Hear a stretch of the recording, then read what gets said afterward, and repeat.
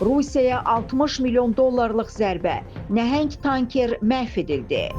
Ukrayna Təhlükəsizlik Xidməti və Hərbi Dəniz Qüvvələri Qara Dənizdə Rusiyanın kölgə donanmasına aid daha bir tankerə Sea-Baby dəniz dronlarından istifadə edərək hücum edib.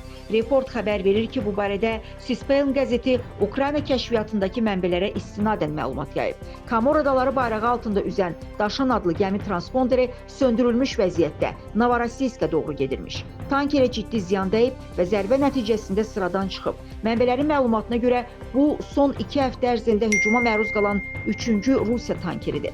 Nəşr qeyd edib ki, bir səfər zamanı təxminən 60 milyon dollar dəyərində neft məhsulları daşınıb. Daşan gəmisi Avropa İttifaqı, Böyük Britaniya, Kanada, Avstraliya və İsveçrənin sanksiyalarına məruz qalıb.